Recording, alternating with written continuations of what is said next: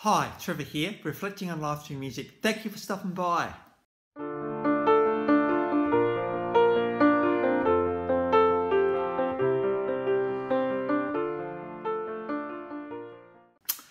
Well, coming again today, you're very, very welcome. I trust you enjoyed my last video on the 4 tops, and through this song, Baby, I Need Your Loving, we looked at need and want in relationships. So I trust you found that one interesting. Well, we're going from there to 1947 in New York. This guy, when it comes to songwriting, he is pretty much at the top of the tree because this guy contributed to all the songs to one of the most highest selling albums of all time. We'll get onto that album in a second. But certainly in the late 1960s, he was doing a lot of composing for lots of bits and pieces here and there. And it was 1969 he came up with the musical Dream Engine. Now, in one of the songs, we've got the monologue to Hot Summer Night from Bat Out of Hell. Would you offer your throat to the wolf with the red roses? Do you love me? Yes. It's spine-tingling when you hear it, particularly if you haven't heard it before. And now, Hot Summer Night is one of those songs that you'll start to know who I'm talking about. No, it's not the singer. We've already done him a little while ago. But before we get onto that iconic album of 1977, he did a few other things, including 1970, Uber on the Hill and Rheingold. His first commercial release was the song More Happy Ending. Another song around that time, More Than You Deserve. He met Marvin Lee a day in that early 1970 period, and those guys hit it off pretty well. You might be thinking, well, who's that? We'll get onto who that is in a minute. And 1974, out came another musical, Neverland. But in the meantime, this guy and Marvin were actually starting to write some songs. One of the songs being Bat Out of Hell, and another song, Heaven Can Wait.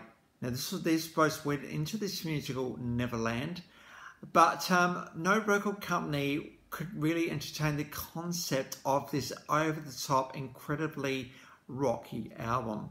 The guy we're talking about is Jim Steinman.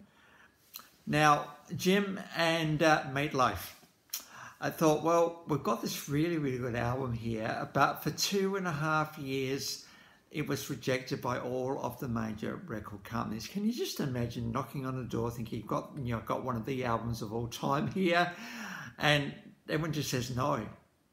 Nah, not interested, never going to work, not going to happen. So Bat Out of Hell was there was 2.5 years of frustration, but in 1977, Cleveland International Records signed these two, and the rest is history.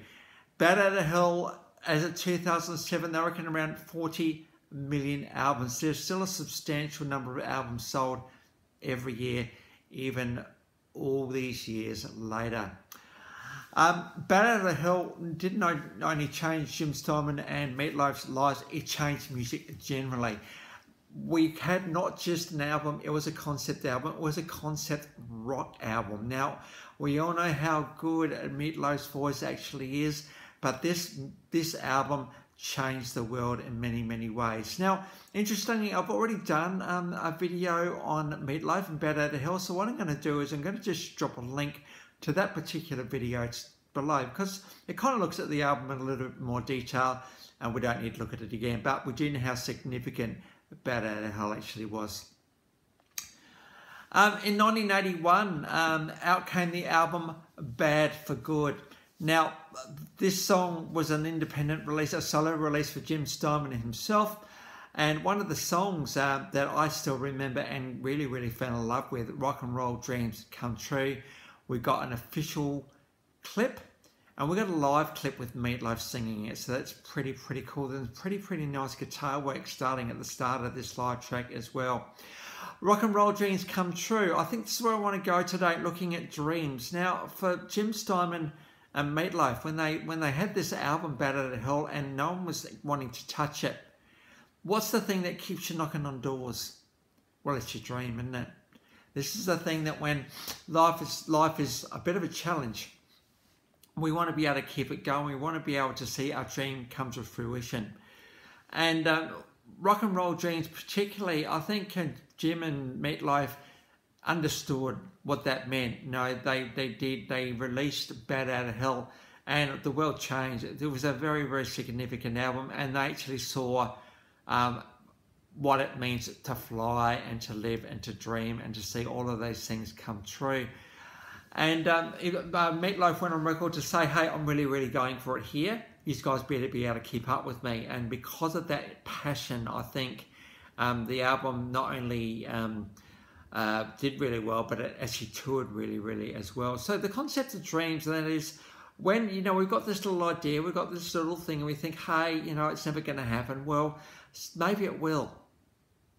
We all deserve dreams, don't we? We all deserve to have a dream. We all deserve to have something that we can hold our head on and hope for. I've actually written a novel, and I think my hope is that one day it's going to get published. Now, I've got somebody helping me do that, which is pretty cool. So I think, you know, it's a bit of a dream of mine, you know. Who are me to put a book in front of a publisher? But, you know, the book's kind of okay.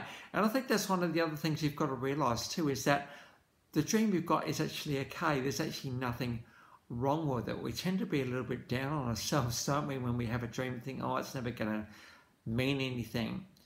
Well, Jim and Meatloaf could have said that, and meanwhile 40 million album sales would have just not happened. So I think we've got to hold on to our dreams, or to quote from The Pursuit of Happiness, don't let anyone ever tell you you can't.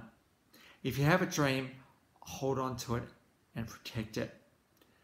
And I think dreams are one of these things that we all have. I think we all have a dream, don't we? We all have some kind of purpose, some kind of reason for living, some little thing we want to do. But we very quickly go down on it, don't we? Think, nah, I'm not going to worry about it. Well, may this be an opportunity for us today, faced with an album that sold 40 million copies plus, that it is possible for dreams to come true. And how awesome when you're actually on the other side of a dream that has come true. What an amazing, incredible feeling that is. I know for me personally that's happened, and you just can't believe how good it is, how good it feels. We want that feeling, don't we? We want that feeling.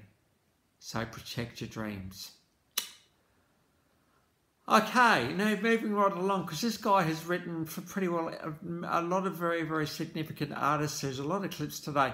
1981, out came the album Dead Ringer. Meatloaf came back, and we've got him with Cher singing Dead Ringer for Love. We got an official clip of that one that went to number 1. 1983, a lot of happening in the mid-1980s here actually for Jim Steinman. The world changed for Bonnie Tyler.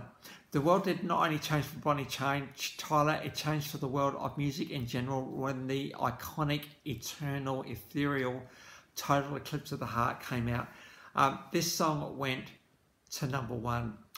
Bonnie Tyler was just the girl to sing this song. And I've already looked at Bonnie Tyler in the past, but you know what? Jim Steinman just has a way of writing, doesn't he? There's often big production numbers, big production happening, big vocals, melodramatic, larger than life. This is Jim Steinman's songwriting and production. And so for Bonnie Tyler, Total Eclipse is one of these songs of the 1980s. And so we've got actually an official clip, kind of a Bonnie Tyler singing with just Jim Steinman playing the piano. So pretty amazing song, that one. For those who are musically inclined, look at the first verse and count how many times it changes key. Changes key a lot of times in the verses. Also in 1983, based on just Jim Steinman's pedigree writing, Air Supply approached him and said, hey, we want a song too, because we've got a greatest hits coming out, and we want to add a new song. So out came Making Love Out of Nothing at All. Now this song was absolutely massive for Air Supply. went to number 2. We've got a live version of that one, and they've actually beefed it up quite a bit in this version. Air Supply, a soft rock, emphasis on the rock.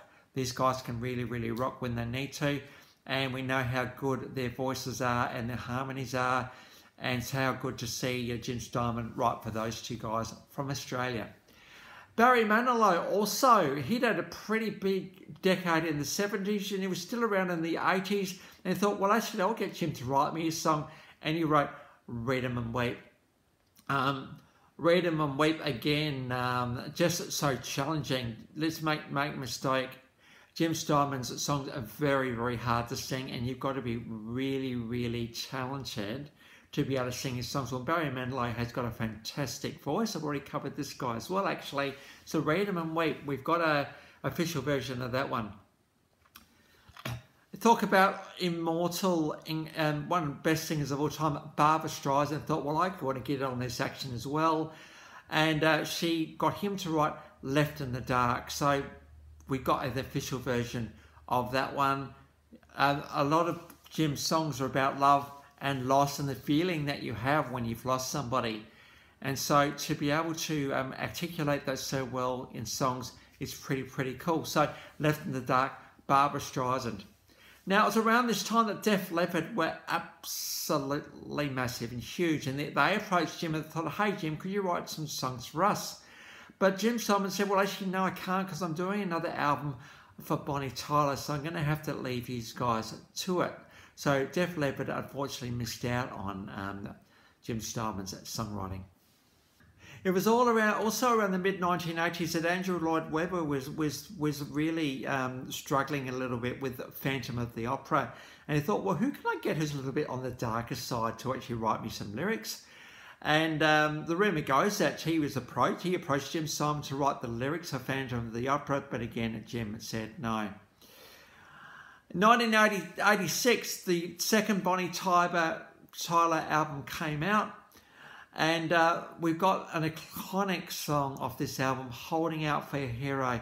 Bonnie Tyler sang this one so well, and we all are holding out for heroes. Now, this resurfaced in the movie Shrek 2 in the early 2000s, and this is a scene where Fiona has to decide whether she's going to restore back to her normal self or not, and the incredible performance by Jennifer Saunders here to sing Holding Out for a Hero, such a climactic part of the Shrek 2 movie, and just a perfect song to accompany that climactic part of the movie. In 1993, Bat Out of Hell 2 came out. Now this album charted in 28 countries. And so very significant album. Like Bat Out of Hell, the first one had not been forgotten, and so we had to come back for a second album, I Will Do Anything for Love. Meatloaf is back with an absolutely incredible performance of that one. We got the official clip of that one before. Move forward to 1996. So these artists, we've had Air Supply, we've had Barry Manilow, we've had Bonnie Tyler, and then in 1996, Celine Dion said, hey, I want a song too, so he wrote for her It's All Coming Back For Me Now. This song went to number 2, and Celine Dion, I've got a live version of her singing that one. This song was awarded BMI Song of the Year, so live version of that one. So that's just a bit of a snippet of his career, and certainly till his death, he did leave us in 2021. Now, interestingly, Meatloaf left him just a little bit after that. It's almost like these two were indelibly tied as partners. This is just a bit of snippet of Jim Steinman's career. He did dabble in many things over his career, and he did actually change the world of music, absolutely. So he has been involved in lots of songs between 1977 and 2016, 8 studio albums, composer, singer, producer. And I just thought, just to finish things off, we've got a live version of Jim Steinman and Meatloaf singing Heaven Can Wait, just the two of them. Just thought we'd just put that one in there as well. Very, very spine tingling just to realise that neither of these two are around anymore. Heaven Can Wait, absolutely beautiful song. Jim Steinman just really did have a way with melody and words, and when you put massive production in there, we have some unforgettable songs. Absolutely. So the 11 clips are in the description below, and I've also included my last video from the 4 tops, so if you want to recap on them, feel free. Well, if this is your first time to Life Reflections Through Music, or you've come back for another one, how great to see everybody here. Well, that's it for today. Next time, we're going to go on to one of the most best-loved Aussie rockers of all time, Jimmy Barnes. So until then, I'll catch you around. Bye for now.